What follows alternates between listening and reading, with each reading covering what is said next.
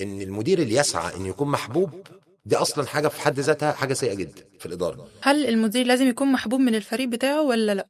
لا خالص، مش عايز اصدمك واقول لك ان المدير اللي يسعى ان يكون محبوب دي اصلا حاجه في حد ذاتها حاجه سيئه جدا في الاداره. هقول لك ليه. لان انت عشان تبقى محبوب هتعمل ايه؟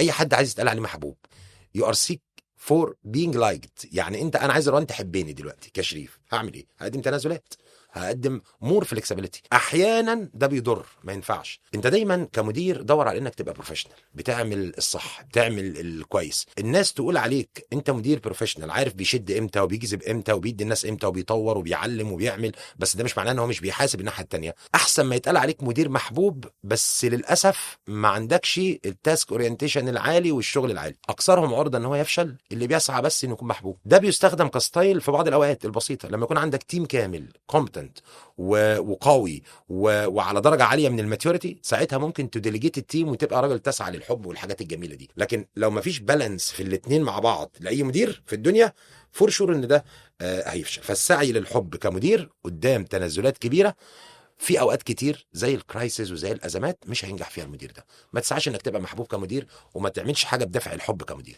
خلي الناس تحكم عليك انك راجل مدير بروفيشنال، مش راجل مدير محبوب.